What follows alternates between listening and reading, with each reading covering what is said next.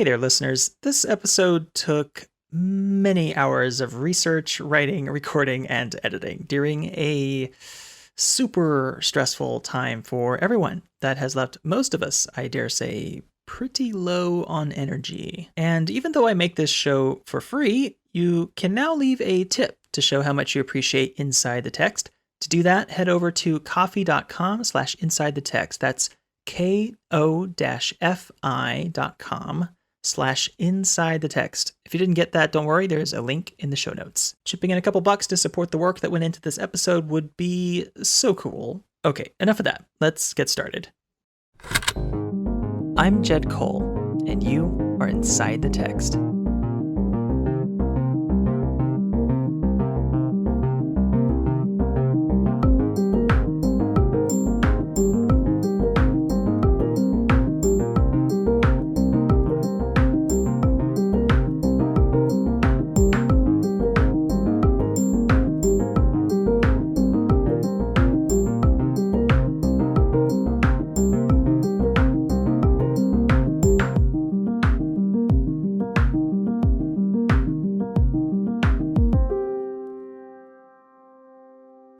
There are over 2,000 species of Lepidoptera, the order of insects that includes butterflies and moths, that are found only in the islands of New Zealand.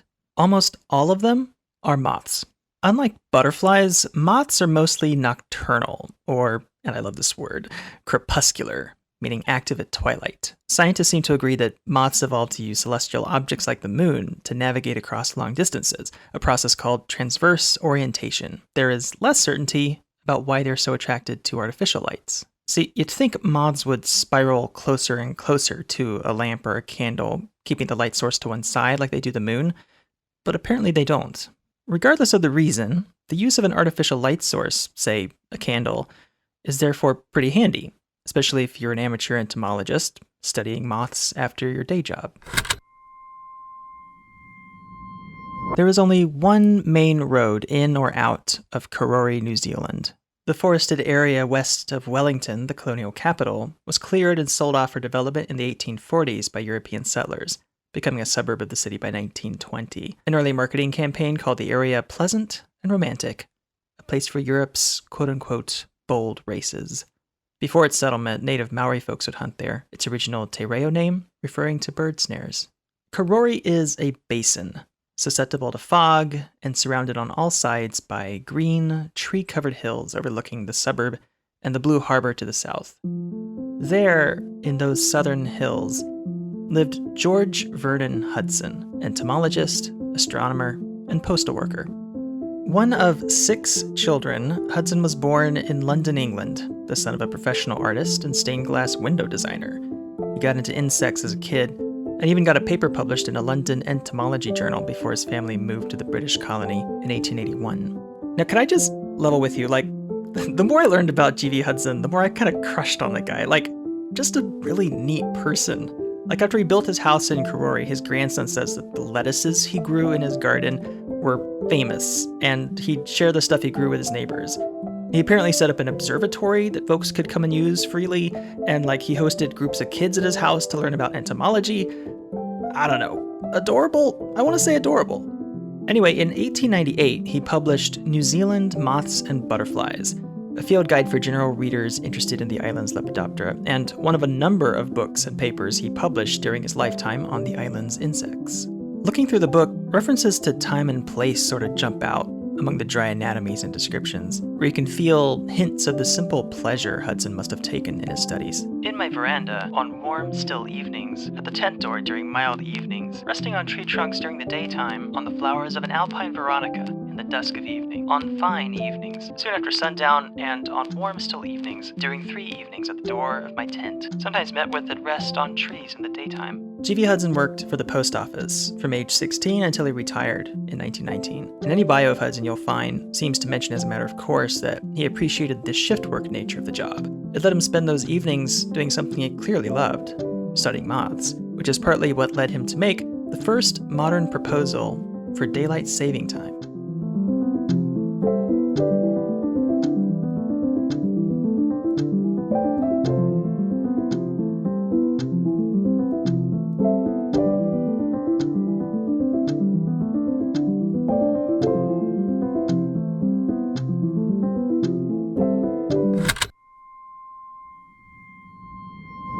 more fully utilize the long days of summer, it is proposed on the 1st October of each year to put the standard time on 2 hours by making 12 midnight into 2 a.m., whilst on the 1st March the time would be put back 2 hours by making 2 a.m. into 12 midnight, thus reverting to the present time arrangements for the winter months.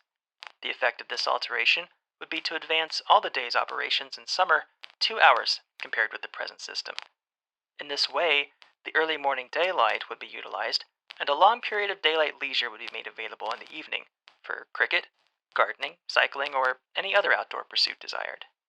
That's from Hudson's paper, which he read to the Wellington Philosophical Society the same year Moths and Butterflies was published, titled On Seasonal Time. He'd actually presented on the topic a few years before, meeting with a number of objections and even ridicule from the other members of the Philosophical Society. But hundreds of copies of his argument had been printed in Christchurch on the South Island, and had proved pretty popular among regular folks. So the 1898 paper was sort of a take two. The basis for what we now call summertime or daylight saving time, as listeners are probably aware, is fairly simple. Days get longer during the summer months and shorter during the winter months. Since that elongation happens on both ends, morning and evening, Hudson is like, let's shift the clocks a bit so that we get up closer to sunrise and then have more free time at the end of the day. What Hudson has in mind here is basically rearranging the typical workday, shifting it back a couple of hours. He defends his position against the idea that the workday would just get longer. Although there are, at present, nearly 2 hours daylight after closing time in summer, I'm not aware that any systematic attempt has been made to lengthen the hours of labor in summer on this account. The milkmen and other persons who have to begin their work very early in the morning would undoubtedly suffer under my scheme, as they would have to start their duties in the dark of early morning almost the entire year through. As these persons, however, constitute a very small minority in the social community, it is not to be expected that their personal comfort or convenience would be allowed to interfere with the adoption of the scheme, if it were found to be beneficial to the large majority. For Hudson, the community would truly benefit from more time that could be spent outdoors and away from work. It's leisure time that Hudson is after. I am convinced that all those who believe an abundance of outdoor recreation is the most effective means of securing human health and happiness should support this scheme, as by means of it, the average worker in summer would enjoy from 4 to 5 hours fresh air and sunshine after his day's work was done. Daylight saving time, or DST, was, alas, not adopted in New Zealand for almost 30 years. But 11,000 miles away, back in the motherland, someone else came up with a similar idea for shifting clocks, just a few years after Hudson did. An important part of the history of capitalism in England is the process of enclosure, whereby lands that had for generations been held in common by the local peasant class were consolidated, fenced off, and privatized by the burgeoning owner class, beginning in the 16th century and accelerating rapidly toward the end of the 18th. To make a long and complex story short and overly simple, where once folks could live off the farming they managed on the commons land, now they were forced into having to sell out their labor for wages because that land was now private property. The area of Chislehurst, on the northern edge of 1800s Kent, passed through the hands of the monarchy and several noble families over generations, and was regarded as available to the villagers, who could let their livestock graze there. But as enclosure took hold across England, Chislehurst's common land eventually came under threat. Development came along with railroads, and the commons there attracted industrialists like G.H. Bascombe, proprietor of a brick and tile works, who wanted to use the commons land to dig up gravel. In 1876, he ordered a windmill he owned there to be pulled down and the land fenced off to sell to developers. But locals didn't like this.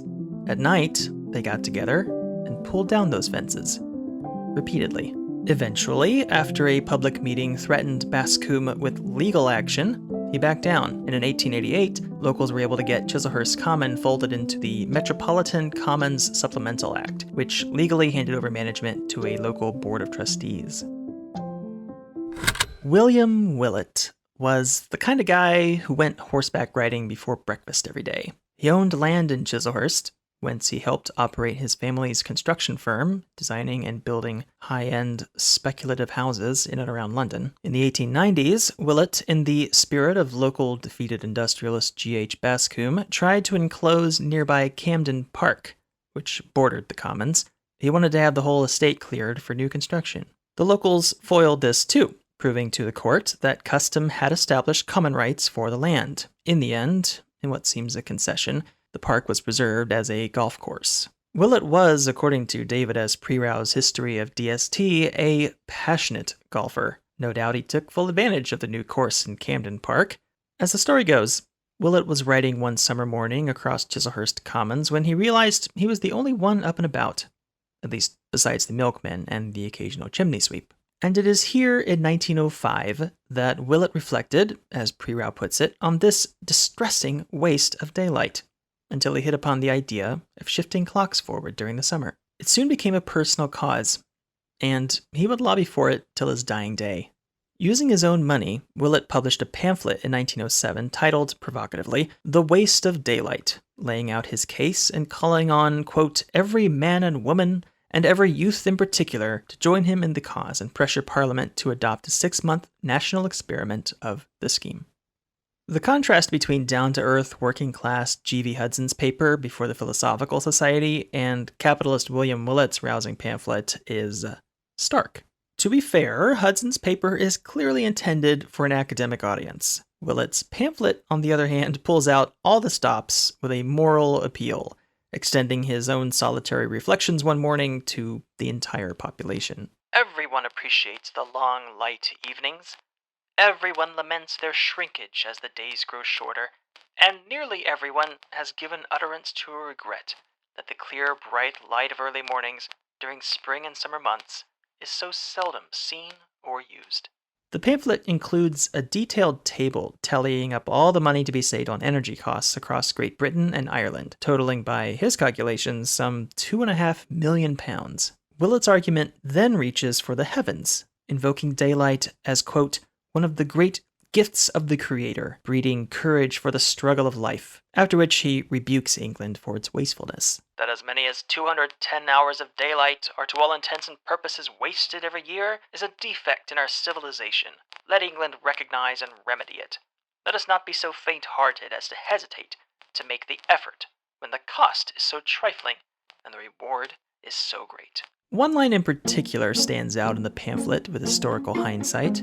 While praising daylight's divine power, Willett writes that, quote, against our ever-besieging enemy, disease, light and fresh air act as guards in our defense, and when the conflict is close, supply us with most effective weapons with which to overcome the invader. The war metaphor here is apt, since daylight saving time never really gets off the ground until it becomes a tool in the waging of war in 1916. 1 year after William Willett, daylight's defense notwithstanding, died of the flu.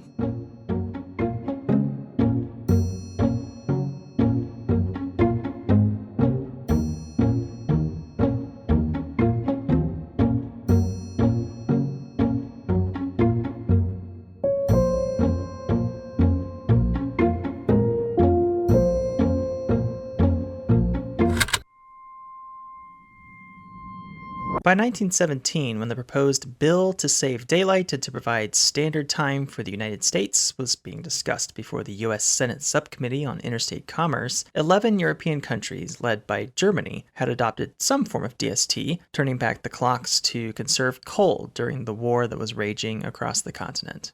Bill S-1854, introduced by Senator William M. Calder of New York, an architect much like William Willett, set out to standardize U.S. time zones as well as introduce the policy of advancing the clock by an hour on the last Sunday of April and reversing it on the last Sunday of September. The documents transcribing the May hearings before the subcommittee show almost no opposition to the idea of DST. Academics saw it as a simple, utterly logical matter of optimization. Labor unions saw it as a way to give the working class more leisure time to plant gardens and thereby relieve the wartime supply chain, one of President Woodrow Wilson's main talking points on the subject. The Wall Street Journal estimated at the time that some 800,000 tons of coal could be saved by turning the clocks back. But the most vociferous proponents of daylight savings benefits came, then as now, from the besuited voice of capital. The Chamber of Commerce testified before the subcommittee, arguing first from waste, pointing out that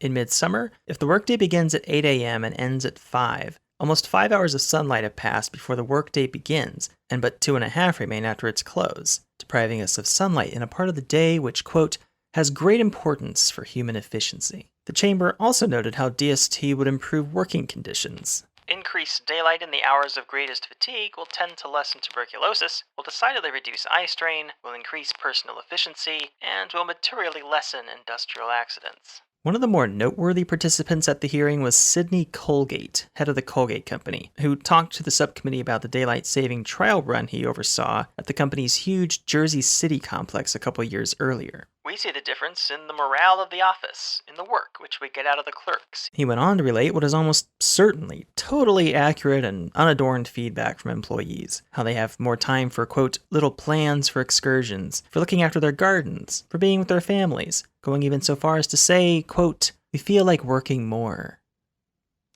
Which, again, I'm sure is exactly what they said. Colgate drove his point home with an anecdote. I said to one of our employees last summer, Jim, you do not seem to have taken a vacation this summer. I've noticed you've not been away from the office at all. He said, Mr. Colgate, I feel that I've had a vacation all summer long, and I have never been in such good condition. He said, that last hour I get off in daylight is worth everything to me. The bill's only outspoken congressional opponent was Otis Wingo of Arkansas, who called it, quote, a bill for the relief of the slackers of the nation who are too lazy to get up early. He eventually changed his tune. The bill passed in the spring of 1918. It was repealed the next year, amid a sea of complaints. All the praise for the new system overlooked, among other things, the fact that not all work is industrial work. Work in urban areas might go strictly by the clock, but in the agricultural industries, it was a bit more complicated. As a House of Representatives article on the topic explains, farms were adopting 8-hour workdays and increasingly relying on hired wage workers around this time. Under DST, these workers now arrived an hour earlier for their shift, but they couldn't harvest crops until the morning dew had evaporated, which meant that they spent the first part of the day simply waiting. So much for efficiency. By the next year, pressure from the agriculture industry and findings that the amount of coal saved was actually negligible all pushed Congress to take up a repeal of Section 3 of the bill, eliminating the mandate for daylight saving while leaving the revised time zones in place. President Wilson vetoed it, Congress overrode it, daylight saving time was dead.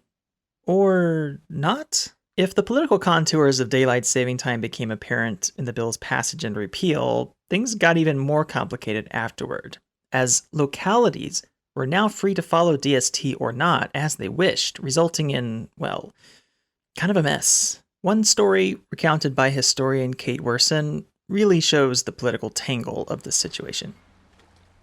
On the night of June 30th, 1922, New York Harbor lay under a thick fog as 6 ships carrying 1,789 immigrants from various small European countries raced through the dark, trying to be the first to reach Ellis Island at the stroke of midnight, July 1st, the start of the new fiscal year. The reason? Well, under the United States' recently adopted restrictive and bigoted immigration laws, immigrants from countries such as Latvia, Armenia, and Greece were limited to very strict and very small yearly quotas. The occupants of one of these ships could fill the quota for some of these countries for the whole fiscal year. The fog made this race hella dangerous. One ship almost struck a cruise liner, another came within a few feet of a Coast Guard cutter. At midnight, the ships crossed the border, which is when Werson says, all hell broke loose. She describes the chaos thusly.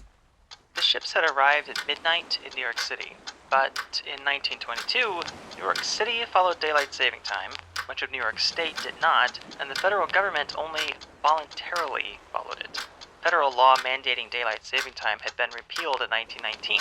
This raised the question, had the ships arrived in the new fiscal year, or had they nightmarishly arrived just in time to accidentally miss the new year? The scene in the fog was chaos. Some captains were advised to return and try the 3-mile race again, while others were told to hold their place in line. As the waiting room at Ellis Island filled with exhausted passengers, and the piers filled with their friends and family, lawyers, politicians, and businessmen prepared to fight once more over the legality and utility of daylight saving time.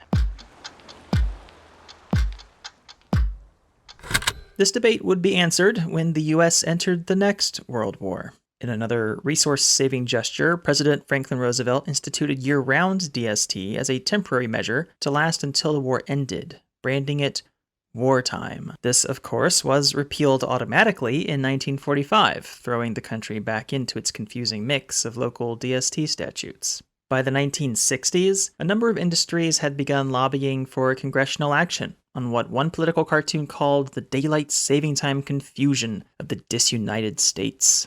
The somewhat ominously named Committee for Time Uniformity, formed by the Transportation Association of America, an industry group, performed a survey that got a lot of press at the time. Its most sensational finding demonstrated that traveling along one 35-mile stretch of highway between Moundsville, West Virginia, and Steubenville, Ohio, meant passing through a whopping 7 time changes. In response, the 1966 Uniform Time Act finally established daylight saving time throughout the country, with states able to pass their own laws for exemption. Arizona and Alaska are the only states that do not observe DST today. In the years since, various amendments have extended the period of DST in response to, as usual, industry lobbying. The golf industry, of course, remains a wealthy proponent of DST. The so-called candy industry helped nudge the extension of DST to include Halloween, by some accounts. As of 2021, DST in the US stretches from the second Sunday in March to the first Sunday in November. And every year, a new slew of op-eds gets published arguing that DST is a big bother and should either be made year-round or tossed in the garbage bin of history. Personally, I could go for year-round DST, but don't expect a pamphlet anytime soon. One of those testifying at the subcommittee hearings back in 1917, a Professor Jacoby, laid out the case for daylight savings like it was the most common sense idea in the world. In summer, the sun rises earlier than it does in winter. The period of sunlight is appropriate for work, the period of darkness is the period appropriate for sleep, and the time of year when the sun rises earlier, it is logical and sensible to get up earlier. Many people do it now. We simply have a device to enable everybody to do it without inconvenience. This device is probably a reference to the system of DST itself, but effectively, Jacoby is talking about the clock, without which DST makes no sense. And that device is part of a broader political shift in human social organization, began centuries before, of which daylight saving time is merely, if emblematically, a part.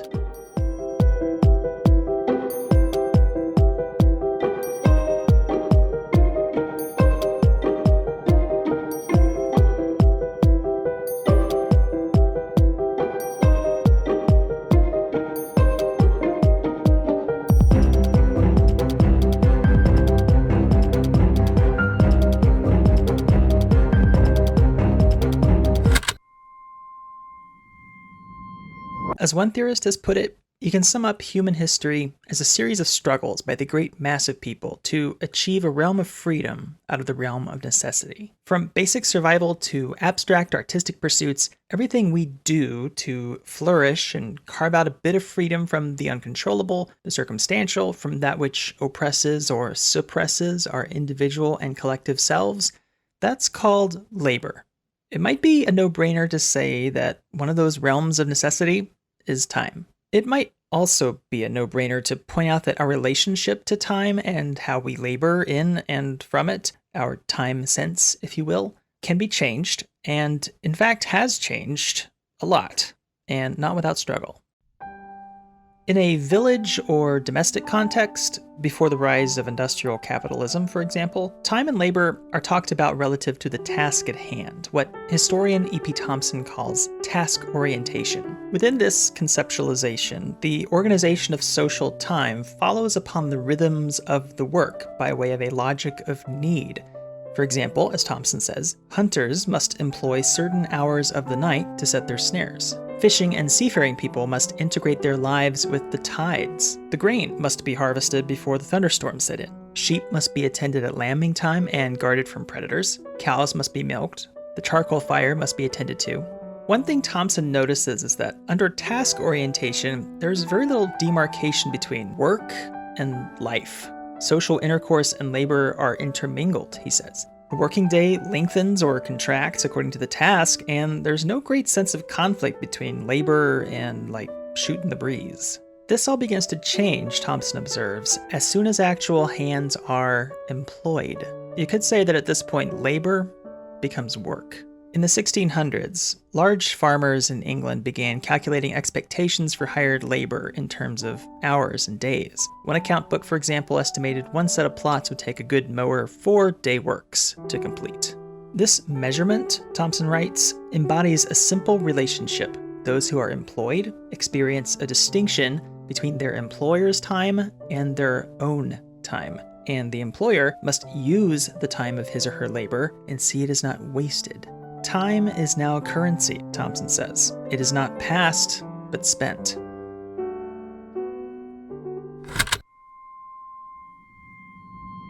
By the turn of the 18th century, most English parish churches apparently had mechanical clocks, though Thompson has some doubts about how accurate they were. Apparently, it was a custom for landowners to donate to such churches in exchange for a regular tolling of the morning and evening bell. Thompson quotes one such agreement from 1664, stipulating that the bell should toll for half an hour at 4 in the morning and 8 in the evening between September 10th and March 11th each year, so that, among other reasons, quote, as many as might live within the sound might be thereby induced to a timely going to rest in the evening, and early arising in the morning to the labors and duties of their several callings, things ordinarily attended and rewarded with thrift and proficiency.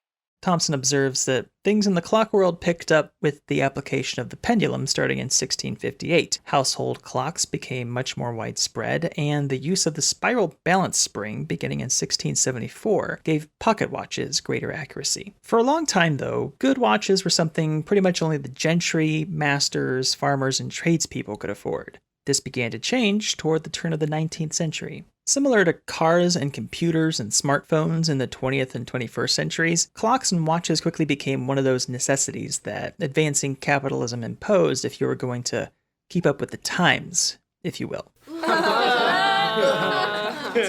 As capitalists became more minutely aware of their time budgets, as Thompson puts it, they realized that a change in the landscape of labor was necessary to balance them. Over many decades, enclosure and land development, along with the imposition of massively punitive laws against vagrancy and unemployment, served to force more and more workers into regular wage employment and away from self-employment or part-time piecework, where task-oriented workdays lengthened and shortened dramatically. See, with self-employment and piecework, or taken work as it was also called, laborers only take on as much work as they need. In regular wage work, by contrast, laborers work as long as the boss can make them. And here's why.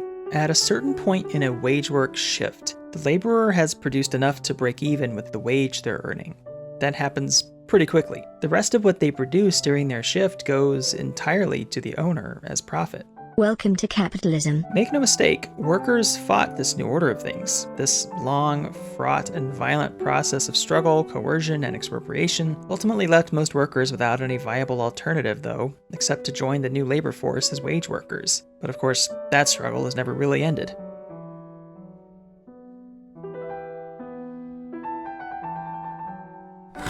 An entire literature of time thrift and individualism arose during this process as part of an ideological struggle to inculcate workers into an ethic that fit with the new wage work model. Pamphleteers and clergymen put out reams of material aimed at the poor, blaming them for their poverty and encouraging individual industry and hard work for one's employer as a path to godliness. New forms of schooling became means by which children could be trained on the values of timeliness and work ethic by way of disciplinary practices. As Thompson recounts, one writer even advocated in 1770 that poor kids as young as 4 should be sent to workhouse school combos, since there is, quote, considerable use in their being somehow or other constantly employed at least 12 hours a day, with the hope that the rising generation will be so habituated to constant employment that it would at length prove agreeable and entertaining to them. Fun fact, the New Hampshire Libertarian Party tweeted the same thing in the year of our Lord 2021,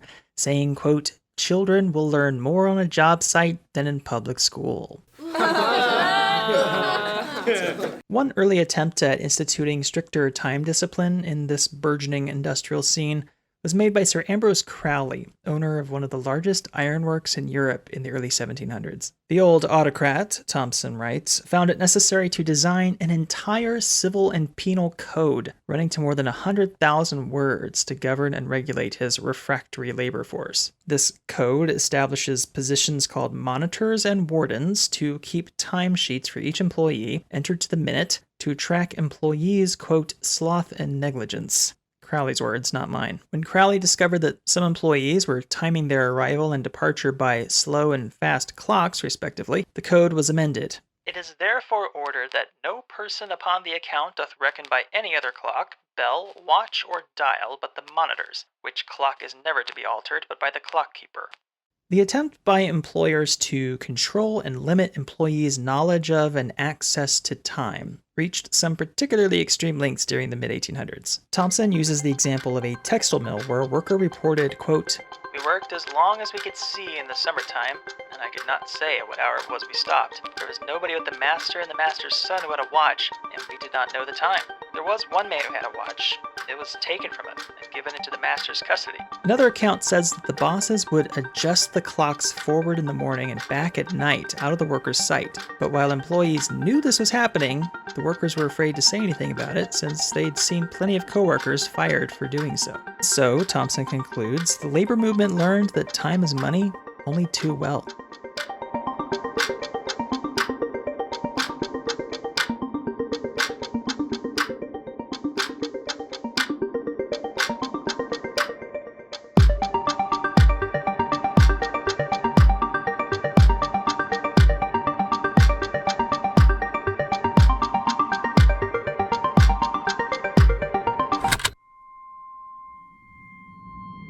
Pier Francesco Tosi was born in the 1650s in Cesena, Italy. He was a musico, a euphemistic way of saying that before puberty he'd been castrated, ensuring that his larynx would not fully develop and thus leaving his voice within the high, boyish soprano range for the rest of his life. Due to the endocrinological effects of early castration, Tosi's arms and legs and ribs would have grown slightly longer than average, giving him greater breath capacity for the cantabile-style chamber music he was trained to perform.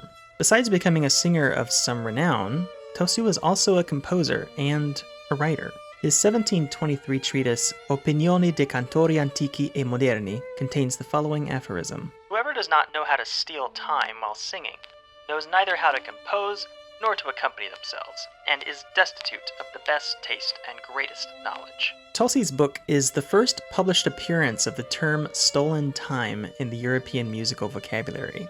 In her analysis of classical music performance, Sandra P. Rosenblum defines stolen time, or tempo rubato, as it is most often phrased in sheet music, as, quote, "a disregard of certain notated properties of rhythm and tempo for the sake of expressive performance." When playing in tempo rubato, the performer slows down or draws out its phrasing relative to the established tempo before speeding back up, almost like it's lifting the music out of its assigned place and putting it back when it wants to. This practice of expressive play with the tempo of musical phrases goes back a long time, of course. Rosenblum documents various turns of phrase to describe it, including a 14th century madrigal that instructs the player to, quote, "hide one's face," if I interpreted the Italian correctly. Two other texts from the 17th century use the phrases "breaking the time" and "noble negligence." Maybe it's no surprise, though, that the metaphor of time theft should appear in European music at the very moment that clock-driven capitalism is beginning to take hold in its workplaces. By the mid-1800s, as textile mill bosses were hiding their clocks from their workers, Dietrich Nikolaus Winkel had developed what he called a musical chronometer, a metronome, capable of keeping both fast and slow tempos, which had been a struggle for inventors up until then. Winkel had neglected to patent his creation, and sure enough, the design was stolen and hawked by a certain Johann Milzel, professional tinkerer and scam artist. Milzel eventually drew the interest of none other than Ludwig van Beethoven, who was among the first composers of the period to begin adding metronome instructions to their sheet music. While Beethoven is not known to have used the exact term tempo rubato in his compositions, Rosenblum observes he must have been aware of the practice, judging by an inscription on one of his works, indicating that the metronome marking was, quote, "applicable to only the first measures, for feeling also has its tempo."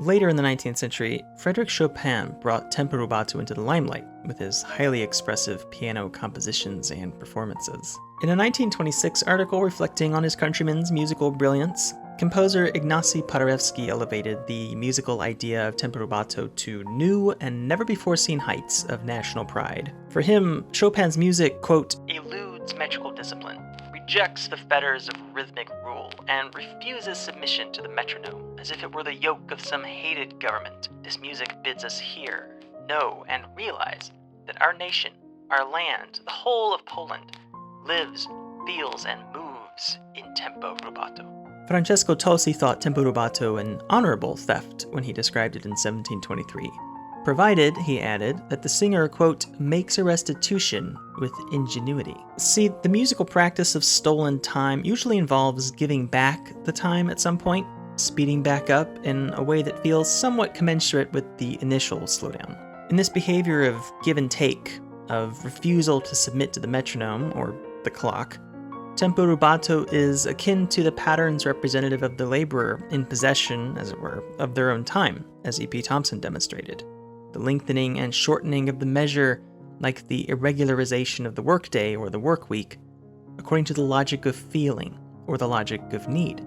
To the classicist and the capitalist alike, such performance is no doubt a horrifying display of living, feeling, and moving in stolen time.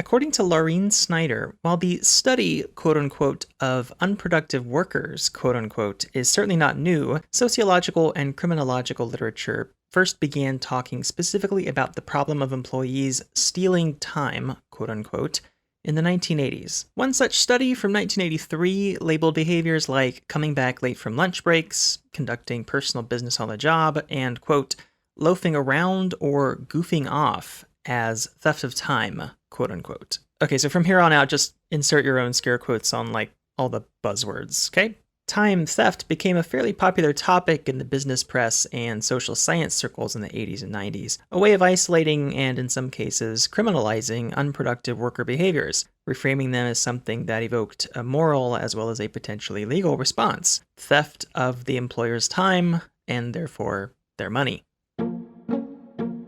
Snyder's survey of the literature is, if not surprising, at least revealing. Time theft has been characterized by business writers as insidious, a severe blow to the nation's productivity, and an abuse of business. Idle chatter, time spent on the phone with family and friends, holiday season shirking, arguing with customers, unauthorized long-distance calls, overstating timesheets, taking extended breaks, arriving at work late, leaving early, reading on company time, and even over-associating with coworkers were all decried by business writers in the 80s and 90s under the rubric of time theft. One of the contributing factors to capitalists' hand-wringing over time theft in all its sundry forms was, according to Snyder, the increasingly essential technologies of word processing software and email, to say nothing of social media in the early 2000s. It became clear that these otherwise benign software systems could be used by employees for non-work purposes on company time. A 1983 article in the Journal of Office Administration and Automation was titled "Theft of Computer Time," or "Is Your Operator Secretly Writing Romances?" In the age of the COVID-19 pandemic, the same things are said about remote work, for those who've been granted that capability. A Forbes piece that made the rounds in spring 2021 declared, "Study shows people working from home are having sex, dating, taking naps, and doing side hustles on company time."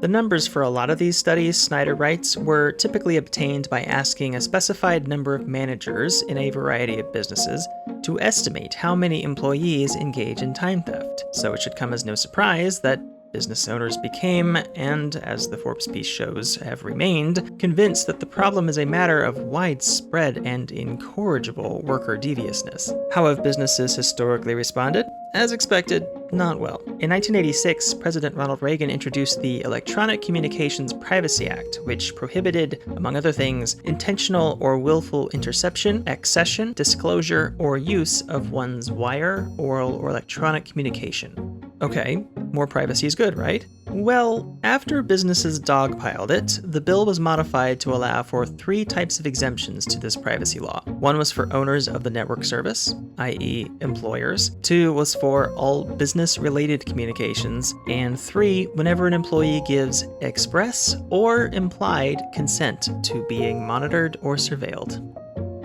That pretty much covers the bases, I guess.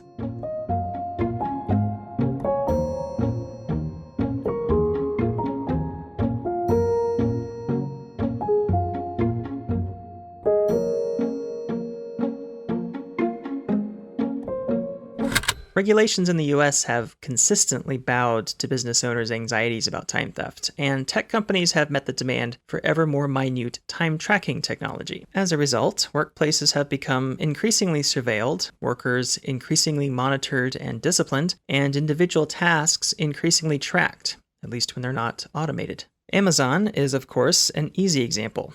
The shipping megacorp has gained notoriety for using a high-tech system to track time off task, or TOT, in its warehouses. If a worker goes too long without scanning packages, the system automatically generates warnings.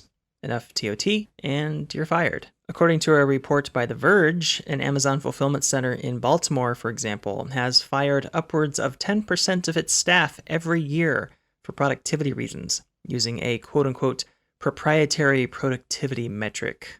During the Bessemer, Alabama union campaign earlier this year, it came to light that some delivery contractors were having to urinate into water bottles and defecate into baggies, while others struggled with changing menstrual hygiene products on the road because they didn't have time enough to take bathroom breaks. And this despite the company's stated policy of offering a 30-minute lunch and 2 15-minute breaks per shift. These policies are counteracted by Amazon's strict delivery time standards, among other things. The resulting anxiety that comes from working in a hyper-surveilled environment under near constant danger of losing one's job results in real physical and mental health consequences, not to mention work accidents. After Amazon crushed the Bessemer Union Drive, they announced they were starting to roll out Amazen kiosks in some workplaces, private booths where workers can be guided through interactive mindfulness exercises. There's no indication, of course, that the productivity demands on workers have changed with that rollout. As one writer put it in a tweet, I feel like livable wages and working conditions are better than a mobile despair closet. Of course, capitalists and their cronies in management see employees' theft of their time, that is, their profits, as the real problem, and we've seen them crack down on it with near impunity. But what about the time, that is, the wages, they steal from their employees? Stephen Biddle and Lorene Snyder examined the myriad ways employers get away with stealing labor time and wages from workers in their paper, How Employers Steal from Employees. To wit, unpaid internships in many so-called creative industries affect women disproportionately. Unpaid labor in the social services is widespread, often taking advantage of part-time or contract work to extract more labor from employees than they're paid for. Some clocking-in mechanisms incentivize workers to clock in early to their shifts only to have their time rounded up. In the UK, a 2016 study found that as many as 362,000 workers weren't getting minimum wage. Companies underrecorded their hours, falsely labeled them as self-employed, interns, or volunteers, and forced workers to pay for uniforms, tools, training, and travel. In 2017, the Economic Policy Institute reported that in the 10 most populous US states, some 2.4 million workers lose around $8 billion annually to minimum wage violations, affecting almost 1 in 5 low-wage workers, and young people, women, folks of color, and non-citizens in particular. If the findings for these states are representative, then the total wages stolen from workers due to minimum wage violations alone exceeds $15 billion each year. In their essay, Biddle and Snyder sum up the situation like this. All the available information on wage theft shows that employers routinely steal wages from those they employ, and that these acts are rarely meaningfully sanctioned. At best, they are treated as administrative offenses which generate small fines and are only problematic in a tiny minority of employment relationships. At worst, they are never even discovered.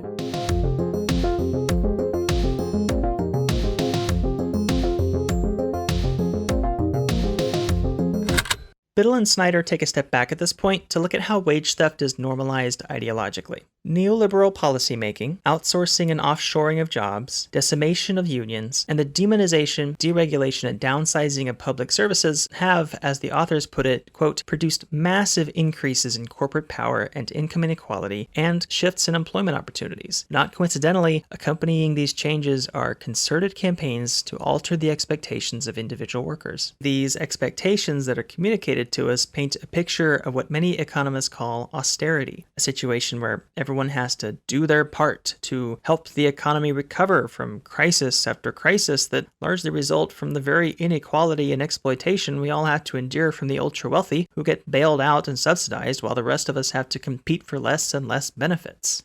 In short, dear listener, business is the real thief in this situation. Another Economic Policy Institute report has this graph charting productivity and a typical worker's compensation over time since 1948. Wages go up at the same rate as productivity until about 1979, and then suddenly, while worker productivity more than doubles by 2020, wages almost flatline. We're doing more and more for less and less, largely due to policies that deregulate corporate power and give them ever more control over our lives and livelihoods. From this perspective, Biddle and Snyder argue that wage theft is best understood as a moral project based on a grand narrative that we're all in this together, with everyone doing his or her part to ensure the economy's stability. You know, like when Jeff Bezos flew in a rocket up into space. Once again, the capitalist class is engaging in the practice of enclosure, but not over land, or, well, not just over land, but also over time itself, as Biddle and Snyder argue. In our present, while capitalist enclosure has come to deny enormous swaths of political participation, public services, cultural patrimony, and ecosystem survival, a new enclosure has been forged in which employees no longer have access to or control of their own time and wages, a situation which allows employers to steal workers' wages/time with impunity, the authors write. Of course, just as with G.H. Bascombe's attempts to enclose Chislehurst Commons a couple hundred years ago, people don't just lay down for this stuff. Frustrated Frito-Lay workers in Topeka continue to strike for higher wages and better working conditions. Hundreds of Sutter healthcare workers in Antioch walked off the job this morning. Tens of thousands of farmers are taking to the streets today in India. Workers at all of the Kellogg Company's U.S. cereal plants walked off the job this week. Thousands of carpenters have been picketing at construction sites all around Western Washington. The union, representing many crew members and editors and other behind-the-scenes workers, have called for a strike authorization vote. Union workers on strike for $1 more per hour at the largest produce seller in the nation, saying they are essential workers. Management countering with a 32-cent raise. We don't work! You don't work! We don't work! You don't work! We want Sutter to care about their patients as much as they do their profits. We're doing 14 days straight. We're scheduled 12-hour shifts. We're working 16-hour shifts. These farmers are here with a very clear and strong message for the Indian government. They say they will block roads, they will disrupt this government. And all this during the biggest, deadliest pandemic any of us has ever seen.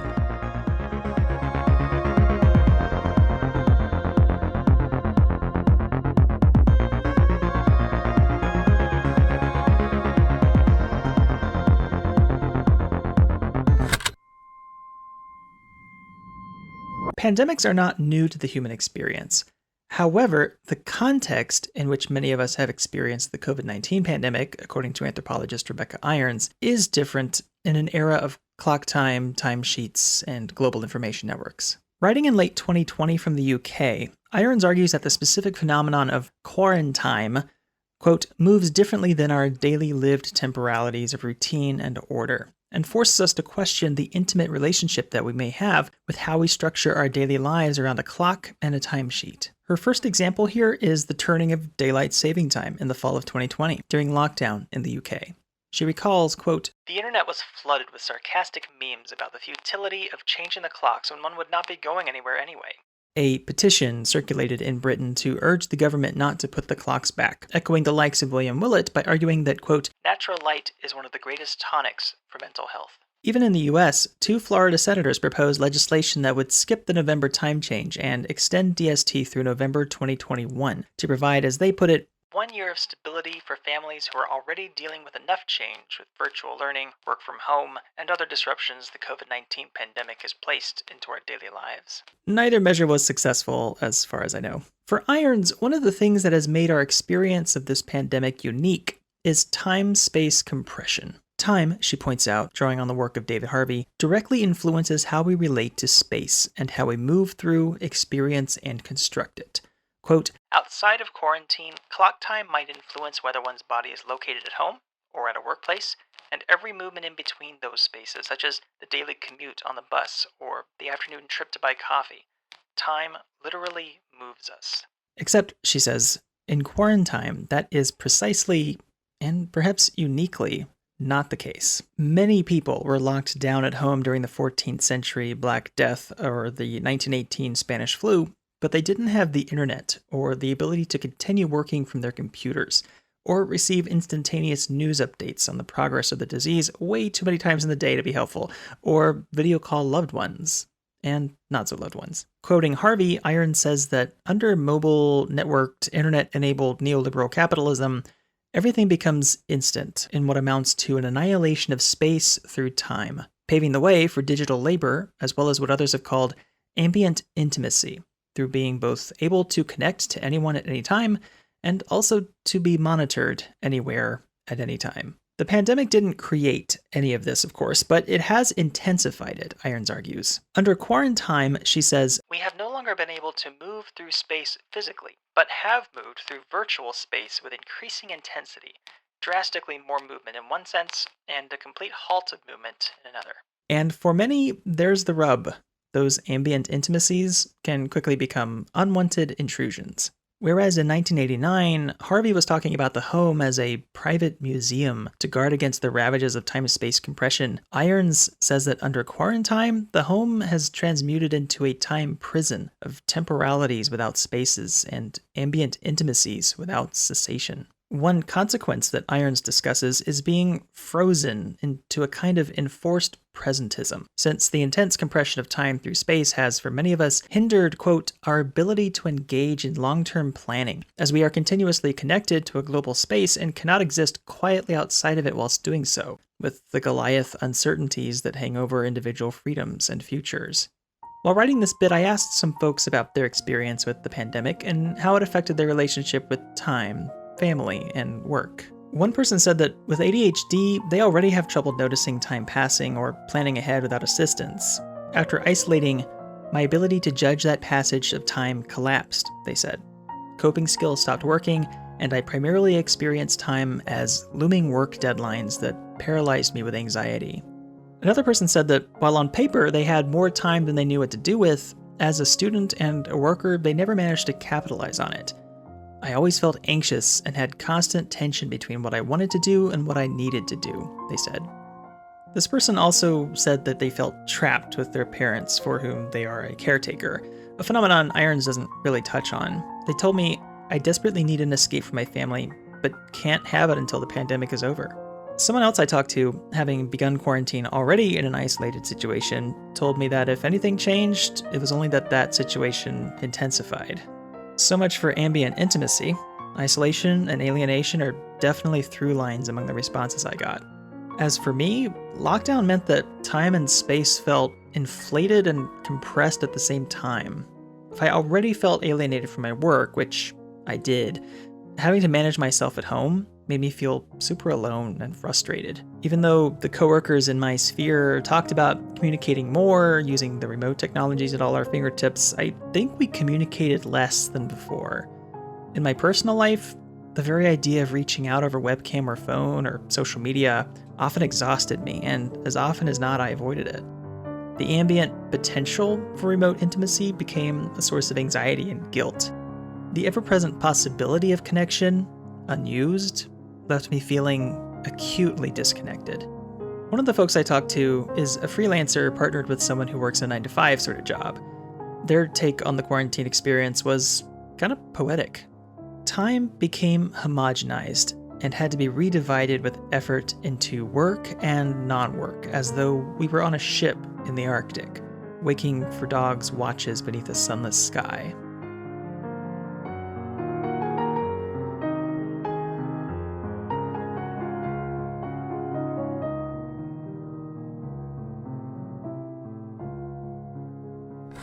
Irons talks a little bit about the different ways material conditions shape our reckoning or marking of time. In an office, time is reckoned by the clock. At a school, time is reckoned by the recess bell. In the fields, time is reckoned by the position of the sun. In quarantine, time is reckoned by, well, it depends. For Irons, that relative nature of quarantine is what could, for some, quote, begin to disrupt the acceptance of industry's grasp over time routines as people become more conscious to it. In her concluding remarks, she ponders the potential for a new time discipline, along with perhaps a new time reckoning under quarantine, if not whatever comes afterward. For example, back in New Zealand, where our friend G.V. Hudson lived, the idea of a 4-day work week has been floated as a way to reinvigorate the tourism industry in that country. Andrew Barnes, whose company Perpetual Guardian went to a 4-day work week in 2018, has been a vocal proponent in New Zealand, comparing the idea to the German system of Kurzarbeit, meaning short work. Under that system, employers have to reduce working hours instead of laying off employees, with a large portion of workers' lost income getting picked up by the state. Germany extended use of Kurzarbeit as COVID-19 raged on. Maybe it could catch on in other places, or rather, maybe it's worth organizing for.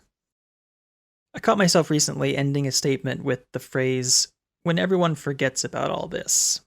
This meaning the pandemic, the millions of lives lost, the disruptions to our space and time that reminded us of how alienated we are in our work, and how starkly it's driven home the necessity of asserting ourselves against a class of owners who ultimately do not care about us or our world as long as our time makes them money. Anyway, I said it like it was inevitable. Like, I assume people will simply move on from all this once it's, all over. In her essay, Rebecca Irons says in a remarkably qualified sentence, "The disruptions caused in intimacies and perceptions of clock time and work routines are not necessarily poised to be immediately forgotten." Not necessarily, and not immediately. And anyway, says Mary Oliver in a poem to take us out, I was so full of energy. I was always running around looking at this and that.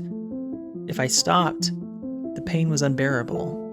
If I stopped and thought, maybe the world can't be saved, the pain was unbearable. Finally, I noticed enough. All around me in the forest, the white moths floated.